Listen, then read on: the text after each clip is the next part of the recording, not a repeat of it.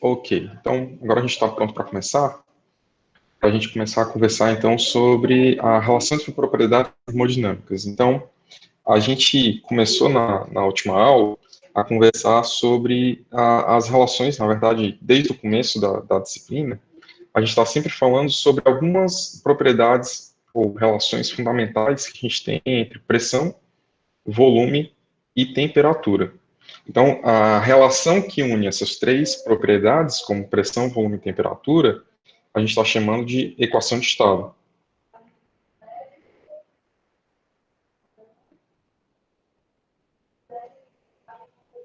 E aí, essa equação de estado, ela nos ajuda a entender como é que a gente consegue equacionar uma em função das outras duas aqui para qualquer substância, seja um composto puro ou uma mistura. Tranquilo? Então, o capítulo anterior foi a gente entender as forças intermoleculares e a gente conseguir tentar entender como é que elas influenciam na qualidade da nossa equação de estado. Então, quanto mais complexa tem que ser a nossa equação de estado em função do tipo de molécula que a gente está trabalhando. Ok? Agora, o que a gente vai tentar fazer é tentar utilizar essa relação PVT para tentar conseguir outras propriedades de interesse.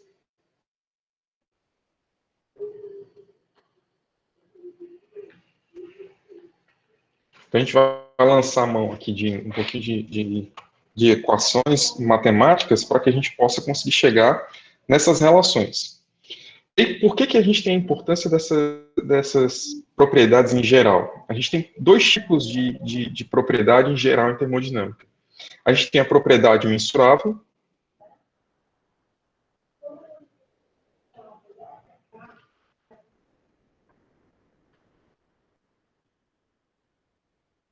O que é a propriedade mensurável? A propriedade mensurável é aquela que você tem um instrumento para fazer essa medida. Então, por exemplo, para medir pressão, você tem um manômetro, e aí o manômetro tem o seu funcionamento. Então, você tem, ou os mais antigos, né? Ele tem um dispositivo que está ligado numa mola, e à medida que o fluido exerce pressão aqui, você tem a tendência de deslocamento, e isso está numa escala graduada. Esse aqui é o mais antigo, com a precisão que é muito ruim. Os mais modernos, eles já usam mão, então, de circuitos elétricos para que a gente possa conseguir ter um melhor aproveitamento, uma maior precisão. Então, um exemplo são os medidores de pressão que são colocados junto com os instrumentos de poço, né, a broca de perfuração, cada um dos instrumentos de perfilagem de poço. Se você precisa da informação da pressão em um dado momento, você tem transdutores de pressão, que são mais ou menos o tamanho de uma caneta, aproximadamente, e eles têm um circuito dentro deles com um elemento piezoelétrico.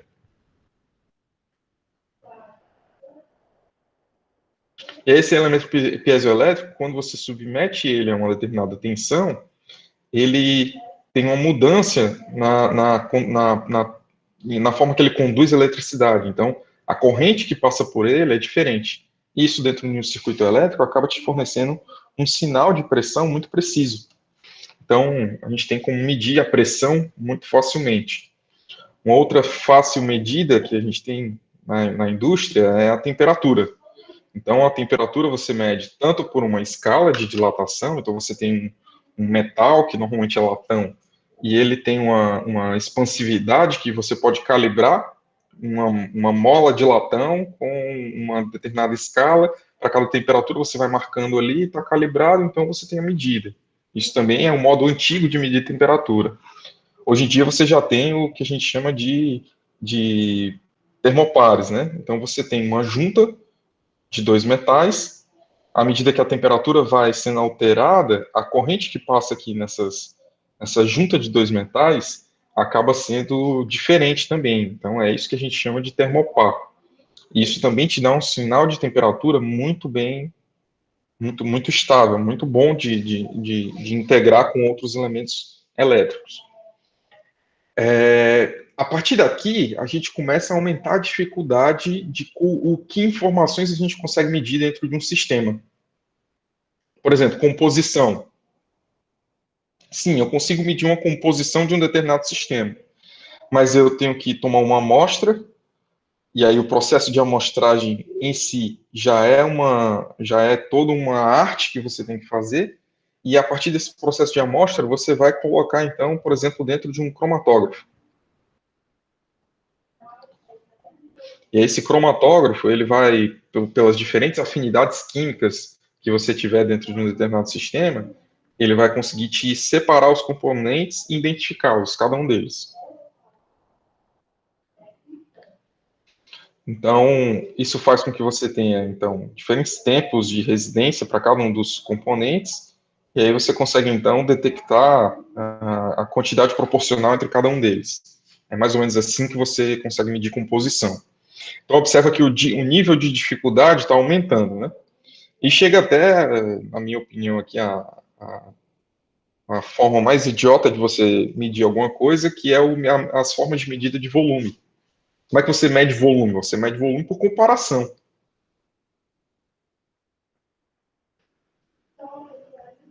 Então, alguém te disse o que, que era 1 litro calibrado, e aí você vai comparar para saber se o outro recipiente também tem 1 litro. E aí você tem a medida. Querendo ou não, com o maior ou menor grau de dificuldade e precisão, pressão, temperatura, composição e volume são propriedades mensuráveis. Então, aqui a gente baseia o porquê que a gente estava estudando a equação de estado. Porque é transformar uma propriedade que é facilmente medida em uma equação. E agora, o sonho de consumo da gente é que a gente consiga estabelecer relação entre a equação de estado e outras propriedades que são ditas propriedades não mensuráveis. Então, ou como a gente pode chamar aqui também de propriedades fundamentais.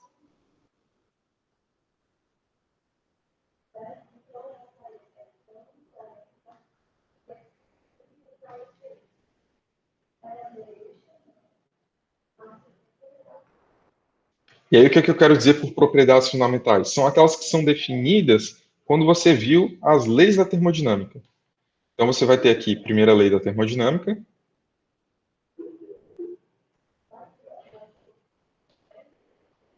E aí, a primeira lei da termodinâmica, ela te definiu o quê? Ela te definiu o que é a energia interna.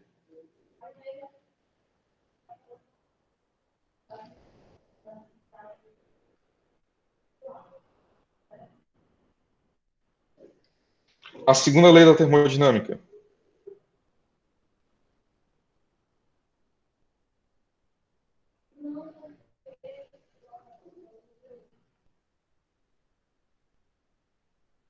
ela te definiu, por exemplo, o que seria a entropia.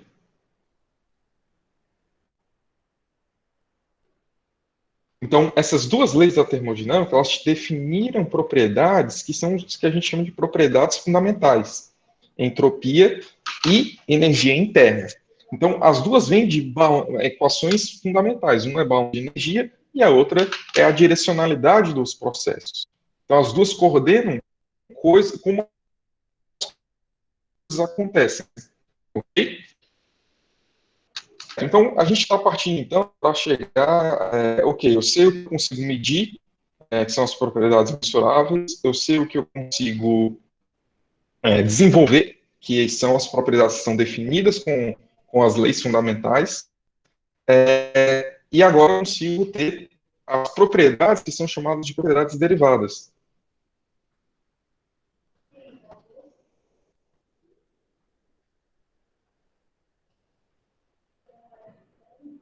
E aí as propriedades derivadas, a função delas é justamente a gente conseguir utilizar as propriedades anteriores para calcular outras propriedades. Vocês conhecem exemplos de propriedades derivadas, como, por exemplo, a entalpia. Então, a gente pode lembrar aqui vocês da definição da entalpia. A entalpia aqui como sendo igual a U mais PV. Eu tenho também aqui, talvez vocês não tenham ouvido falar ainda dessas duas, mas que é a energia livre de Gibbs, H menos TS, e a energia livre de Helmholtz, que é o Azinho, que é igual a U menos TS. Então, essas aqui são propriedades derivadas e cada uma delas também tem a sua importância. sem dúvida alguma, a mais importante para a termodinâmica é a energia livre de Gibbs, especialmente para a engenharia de petróleo. Então, ela é de fundamental importância.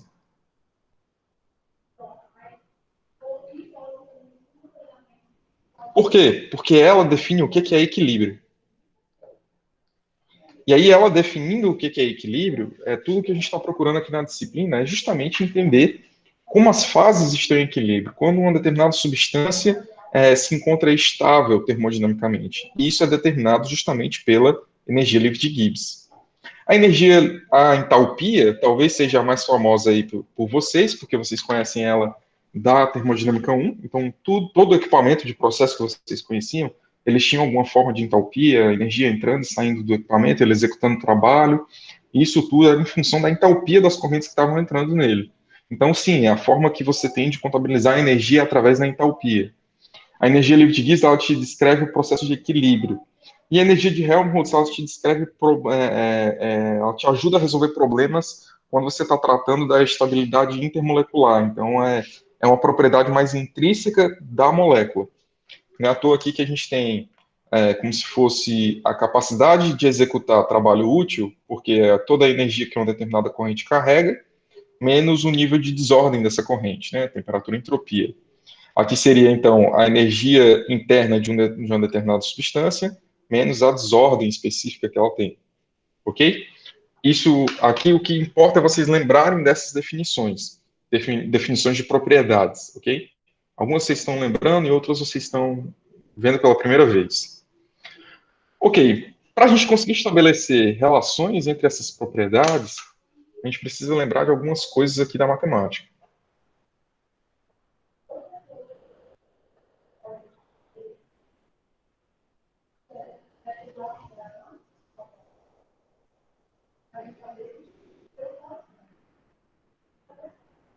Aí, o que são essas relações entre propriedades? É justamente quando você tenta equacionar aqui funções vetoriais, e aí lembrando, né, o que é uma função vetorial? Se você tem f que depende de x, isso aqui é chamado de uma função convencional, função normal, né? E aqui eu posso também ter f dependendo de x e y, duas variáveis independentes. Então, f de x e y é o que a gente chama de, normalmente, uma função vetorial, ok? Se eu tenho aqui a derivada total da função f, que é vetorial, em função de x e y, eu posso descrever isso aqui como sendo df dx, a y constante, que multiplica dx, mais df dy, a x constante, dy. Então, isso daqui é o que a gente chama das derivadas parciais, vocês sabem disso muito bem.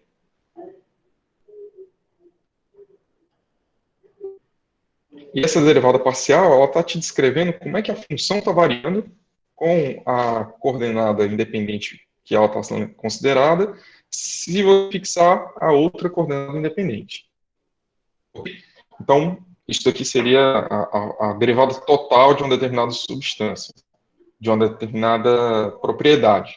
Como, por exemplo, a gente pode fazer isso para a entalpia. Então, a derivada total da entalpia aqui seria a gente pegar a entalpia, que está dependendo da pressão e da temperatura, por exemplo, e aí você vai ter dH dt, AP constante, dt, mais dH AP constante, dp. Então, isso aqui seria a derivada total. Professor, de onde é que o senhor tirou temperatura e pressão? Foi do fato que eu estou estabelecendo uma relação da entalpia com a temperatura e com a pressão. Sempre vai fazer sentido eu estabelecer uma relação da entalpia com a temperatura e da pressão, porque elas é que são mais facilmente mensuráveis. Elas é que são propriedades mensuráveis.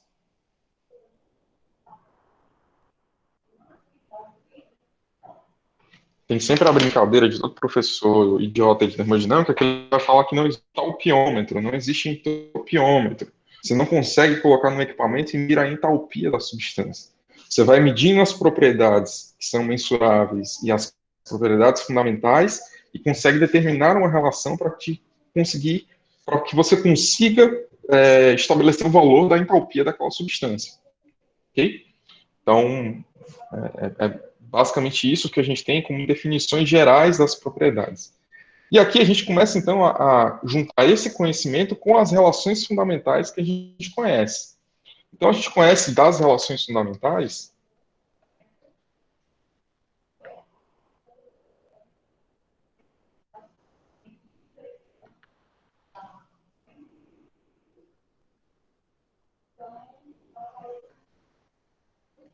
A gente conhece o seguinte, que da primeira lei, né? A gente tem aqui a primeira lei da termodinâmica. Isso aqui que eu escrevo é um U, tá?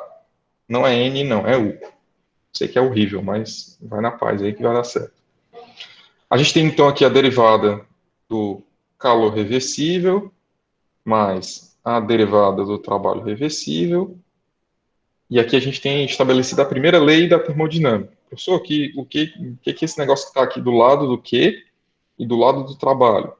São diferenciais também. Só que essas diferenciais, elas te indicam que calor e trabalho não são funções de estado.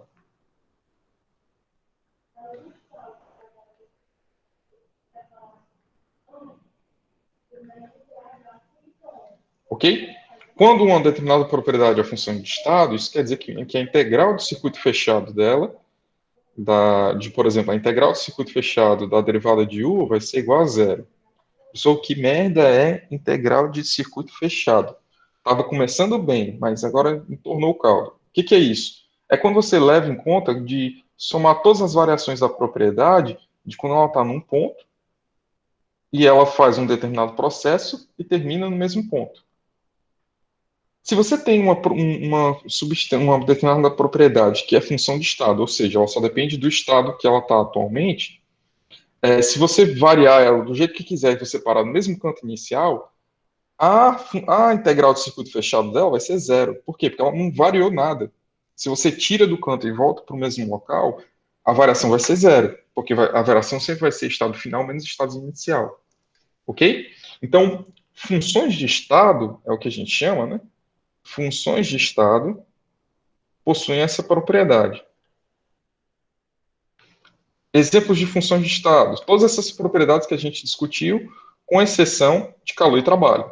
Então, a energia interna, a entropia, a entalpia, a energia livre de Helmholtz, a energia livre de Gibbs, isso aqui tudo é função de estado, só depende do estado que ela está agora, de pressão e temperatura. Se você alterar, subir e descer e voltar para aquele mesmo local, tranquilo. Só que se vocês lembrarem lá de termodinâmica, calor e trabalho não é assim. A quantidade de calor e trabalho determinado dentro de um processo que ocorre de maneira reversível é diferente de um processo que ocorre de maneira irreversível. Então, eles dependem do caminho. Não são funções de estado porque dependem do caminho, tá? Que diabo de caminho é esse, professor? É a forma que é executado. Ok? A forma que é executado o trabalho vai mudar. De toda forma, se a gente assumir aqui que o processo está sendo feito de maneira reversível, a gente consegue converter essa relação fundamental aqui da primeira lei para a seguinte relação fundamental. O calor reversível que está sendo trocado num sistema, a gente pode chamar ele de TDS. O trabalho reversível, a gente pode assumir que ele é do tipo PDV. E agora a gente está feliz e livre dessas funções que não são de estado. Porque tudo aqui é função de estado. Então, independente do caminho que você tiver, isso daqui vai continuar sendo válido. Ok? Então, aqui a gente tem uma primeira relação entre a energia interna, temperatura e pressão. Tem entropia aqui no meio também, mas aí vamos prosseguindo. Tranquilo? Uma outra relação que a gente pode estabelecer é a partir da definição de quem é DH. Então, DH vai ser a derivada de U mais PV. Então, DH vai ser igual a derivada de U mais PDV mais VDP. Só que se a gente já utilizar aqui quem é o valor de DU, eu já consigo então escrever que DH vai ser igual a TDS menos PDV mais PDV mais VDP. Opa, então aqui a gente já começa, ó, corta esse, vai embora com esse. Então a gente consegue estabelecer que o DH vai ser igual a TDS mais VDP. A gente tinha uma outra relação. Então a gente tinha essa relação aqui, U, em função das propriedades facilmente mensuráveis, mas aqui ainda tem entropia. H tem aqui, então, as propriedades facilmente mensuráveis, mas ainda tem a entropia no meio. E a gente pode fazer a mesma coisa para dA, partindo da definição de dA, a gente tem, então, dA, que tem a derivada de U menos TS. Isso aqui vai fazer com que seja dA, que é igual a du, menos TdS, menos SDT. Tudo bem? Então, aqui, quando a gente substituir du aqui junto com dA, a gente vai continuar podendo escrever que o sistema vai ser TdS menos PDV menos TdS menos SDT. Então, esse aqui vai embora com esse aqui. E a gente está conseguindo escrever D, que é igual a menos PDV menos SDT. Outra relação fundamental. Isso aqui, tédio. Vamos lá, calma. A gente vai conseguir chegar numa parte interessante daqui a pouco. A gente tem, então, aqui, a gente está estabelecendo relações fundamentais. Só não entendi nada do que foi feito. Vou repetir aqui para a gente conseguir estar no mesmo passo. A gente até agora estava falando sobre equações de estado e propriedades PVT. Estava tudo lindo e maravilhoso. Só que a gente precisava conseguir chegar num objetivo principal aqui, um dos objetivos principais da disciplina, que é entender como variam as propriedades.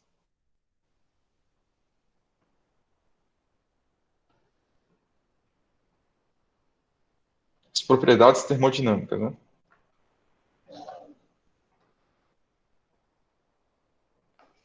Tranquilo? Então, se a gente precisa entender como variam as propriedades termodinâmicas, a gente está saindo daquelas que são facilmente mensuráveis e está tentando entender as relações que são ditas como fundamentais. Elas são ditas como fundamentais por quê? Porque elas vêm das leis termodinâmicas, primeira lei e segunda lei, da definição delas, ok? Então, se eu estou falando das definições termodinâmicas, das definições de primeira lei e segunda lei, então a gente consegue juntar esse conhecimento junto com o conhecimento do que a gente tem como propriedades derivadas. E aí são propriedades derivadas porque eu justamente vou conseguir obter elas em função daquelas iniciais. Então, eu te escrevi uma relação matemática aqui, que está solta aqui no meio, a gente ainda vai utilizar essa, mas eu estou te descrevendo uma série de relações fundamentais entre propriedades termodinâmicas, como entalpia, energia livre de Helmholtz, energia interna, e agora a gente vai estabelecer para a energia livre de Gibbs. Então, se eu for te descrever a energia livre de Gibbs, eu vou começar da definição dela, dg, que é igual a d de... que é a definição da energia livre de Gibbs? H menos Ts.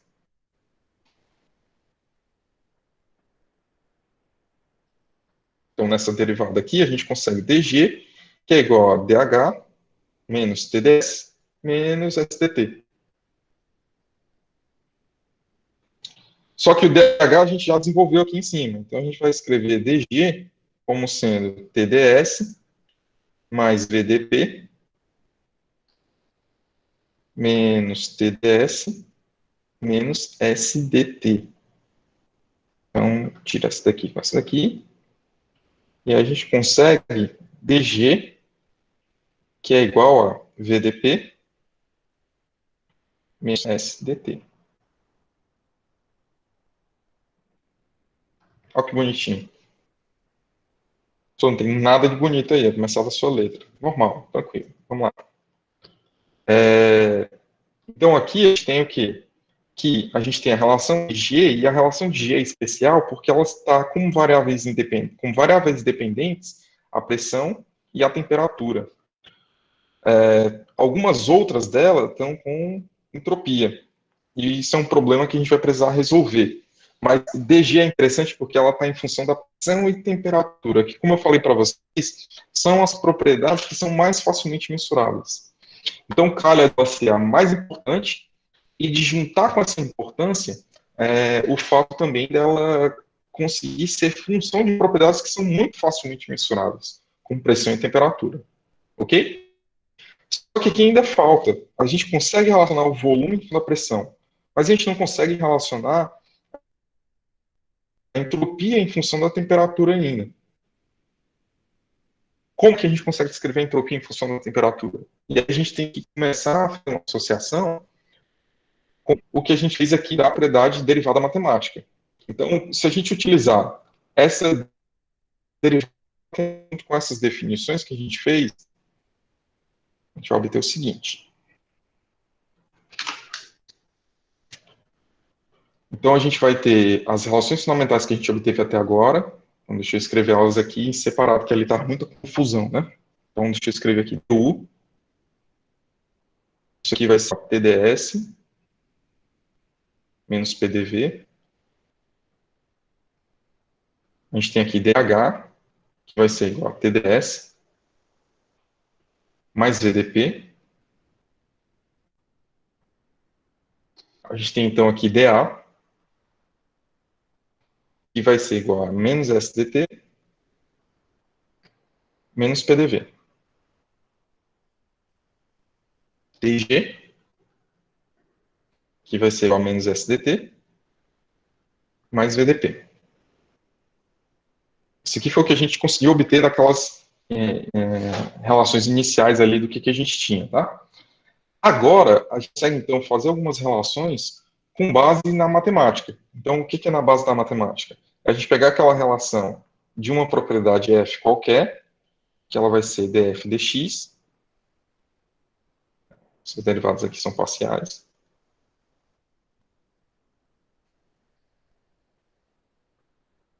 df dx, a y, dx mais df dy, ax dy. Ok? Bom, tranquilo. Então, eu consigo agora escrever isso daqui em função para cada uma delas. Como assim? Eu vou pegar U em função de S e V. Então, se isso daqui era F em função de X e Y, eu consigo escrever essa daqui como sendo DU, que vai ser igual a DU, só que é U em função de S e V. DU ds, AV constante ds, mais DU dV, AS constante, dV. Tranquilo? Não, tranquilo não, pessoal. Mas vamos lá. DH. O H dependendo de S e P. Você vai ter ele escrito como sendo DH, ds, AP constante, ds, mais DH, dP, AS constante, dP. Tudo bem? Mais uma. Já escrevendo direto, né? A gente vai ter dA, dt, AV constante dt, mais dA, dV, AT constante, dV. E por último, dg, que vai ser igual a gente tem, então, dg dependendo de t e p, dg dt, AP constante dt, mais dg dp, AT constante dp. Ok. Então, se a gente observar, a gente vai ter que igualar termo a termo desses aqui para a gente obter novas relações termodinâmicas. Então, a gente vai ter aqui, dentro dessas relações, a gente vai ter que isso daqui vai ter que ser igual a T, e isso daqui tem que ser igual a menos P. Vou já juntar isso tudo, tá? Tudo que está com ds é o dH dsAp, e isso daqui vai ter que ser igual à temperatura. Tudo que está junto com a pressão vai ter que ser igual ao V. E assim sucessivamente. E aí a gente vai conseguir escrever essas relações aqui, ó. A gente vai escrever que du ds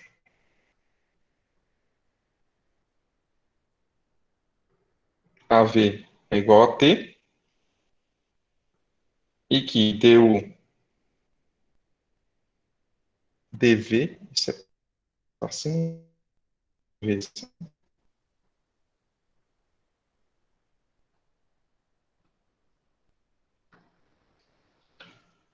vai ter que ser igual a menos P.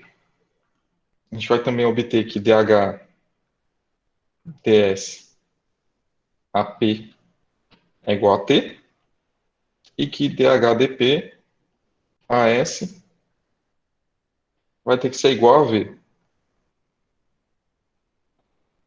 Outra relação é o dA dTAV vai ser igual a menos S, dA dV a T, que vai ser igual a menos P. E a última relação, para poder terminar de encher o saco de vocês, estou escrevendo isso, é o seguinte, é que dG dt AP vai ter que ser igual a menos S, dG dP AT vai ter que ser igual a V. Tranquilo? Ok, então, certo. Se isso daqui é verdade, que a gente obteve até agora, qual é a importância disso daqui para a vida de qualquer pessoa no mundo, né? Bom, a importância disso daqui é que você está começando a ter relações que antes você não conseguiria enxergar. Então, quem foi que te disse que a variação da energia interna com a entropia num processo a volume constante, que isso era a temperatura? Você nunca conseguiria fazer esse tipo de correlação.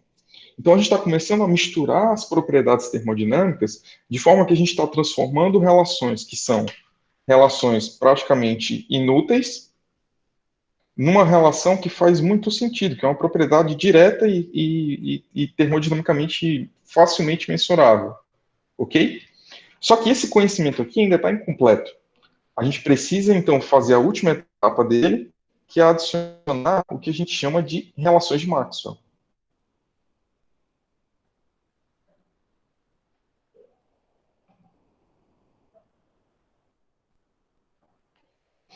Essas relações de Maxwell, elas existem não é para atormentar a vida de vocês com derivada parcial, mas é para que a gente possa fazer relações que sentido para relações que fazem muito mais sentido físico, ok? E de onde é que vem as relações de Maxwell? As relações de Maxwell existem para que você possa definir elas em termos de, por exemplo, se eu tenho uma propriedade aqui, uma derivada de dx em relação a y, desculpa, não, tem que ser uma, colocar aqui a forma geral da equação de Maxwell, que ela eu tenho uma propriedade z que depende de x e y, ok? Então, eu tenho aqui a derivada z em relação a x, mantendo y constante. O que diz a relação de Maxwell? Que se eu fizer a derivada total dela, a derivada inversa, né, a derivada em relação a y, tendo x constante, isso aqui vai ter que ser igual a derivada de dx da derivada de z em y, isso aqui com x constante, isso aqui com y constante. Ixi, professor, o caldo entornou. Calma, eu estou só fazendo a inversão. Observa que onde era x, eu troquei por y. Então, a relação de Maxwell só está te deixando na imaterialidade da segunda derivada. é uma relação matemática que serve para propriedades exatas. E aí ela serve para propriedades exatas justamente para conseguir inverter, utilizar essas invertidas aqui que a gente tem de SV e VS para estabelecer uma nova relação. Então, vamos lá. Vocês lembram aí, sabem que eu leciono equações diferenciais, vocês fizeram equações diferenciais. Então, vocês lembram do que é uma equação exata? É quando a derivada do m e do n são iguais. Então, é da mesma forma, a gente está utilizando o critério de exatidão das funções termodinâmicas para poder a gente conseguir estabelecer outras relações termodinâmicas. Então, o que a gente está fazendo aqui é justamente pegar essa inversão, ó, o que era x y, e aqui a gente trocou x por y, com a troca aqui também. Então, essa troca aqui vai proporcionar, por exemplo, se eu fizer isso para u, se eu fizer isso daqui, é a análise da equação de Maxwell para a derivada de u. Então, eu vou ter que, eu tenho du ds av, isso aqui é uma derivada. Então, na relação de Maxwell, eu tenho que derivar em relação a v, mantendo s constante. Aí, isso daqui vai ser igual a... Eu tenho aqui o inverso da derivada. Se você observar, ó, o s vai para fora, e dentro a gente vai ter v. du, dv, isso aqui, as, e o de fora em relação a v. Ok? Só que a gente sabe quem é du ds av. Du ds av é a temperatura. Enquanto que du dv as, du dv as é menos a pressão. Então a gente aqui obtém uma relação de Maxwell que é justamente dt dv as, que vai ser igual a menos dp ds av. Isso aqui é o que a gente chama da primeira relação de Maxwell.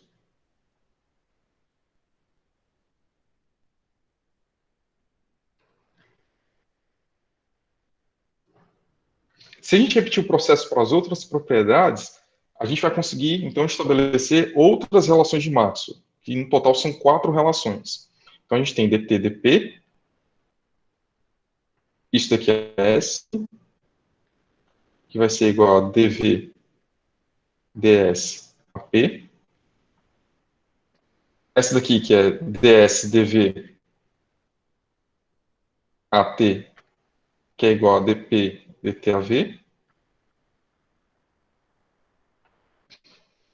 E a gente ainda vai ter aqui ds dp at, que vai ser igual a dv dt ap. Ótimo, professor. Só consegui escrever várias coisas diferentes aí, em diferentes ordens, e não entendi nada. Vamos lá. O que importa de você guardar dessa aula de hoje é que eu consegui te demonstrar que eu consigo sair de qualquer propriedade termodinâmica, e essas duas relações de Maxwell deixou isso muito claro. Lembra que o nosso problema no quadro aqui anterior era o fato da entropia estar enchendo o saco da gente ainda? Então a gente tinha aqui a entropia aqui de alguma forma perturbando. Então a gente tinha entropia aqui, a gente estava com a entropia aqui, a gente estava com a dependência da entropia aqui e a dependência da entropia aqui. Se a gente conseguisse eliminar a entropia de alguma forma daqui, a gente só teria relações entre pressão, volume e temperatura, que são relações que você conhece, através da equação de estado.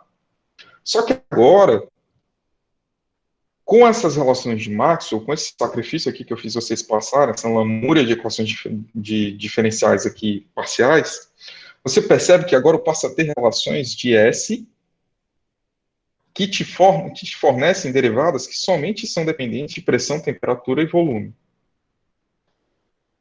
S numa derivada que só depende de volume, temperatura e pressão. Também só depende de propriedades volume e temperatura. Ou seja, a gente está a um passo, ou seja, é só juntar essa informação com a informação anterior para que a gente consiga estabelecer qualquer propriedade termodinâmica, qualquer propriedade, H, G, A, S, qualquer propriedade dessas aqui, em função somente de valores de pressão, volume e temperatura, através de uma equação de estado.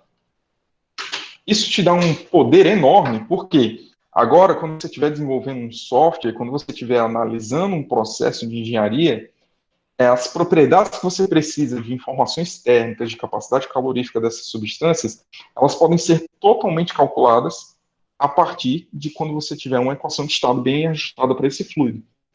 Então é por isso que quando você está no software de simulação de reservatórios, a primeira coisa que você faz é fazer o matching da equação de estado para que a equação de estado possa representar o seu fluido da melhor maneira possível.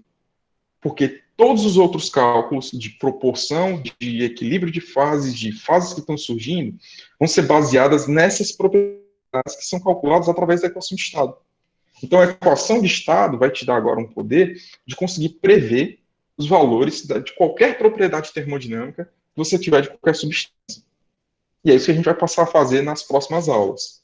A gente está com as misturas, a gente vai agora expandir esse conhecimento e, óbvio, a gente tem que fazer os exercícios aí para conseguirem demonstrar essas capacidades que eu fiz desse desenvolvimento, ou seja, de associar o conhecimento da derivada matemática, da imaterialidade da segunda derivada da parcial, e juntar isso para obter as relações de Maxwell. Então, a gente vai ter um trabalhinho aí juntos para poder a gente conseguir estabelecer essas relações e entender que os softwares que vocês usam, eles não têm tabelas infinitas de propriedades para cada substância.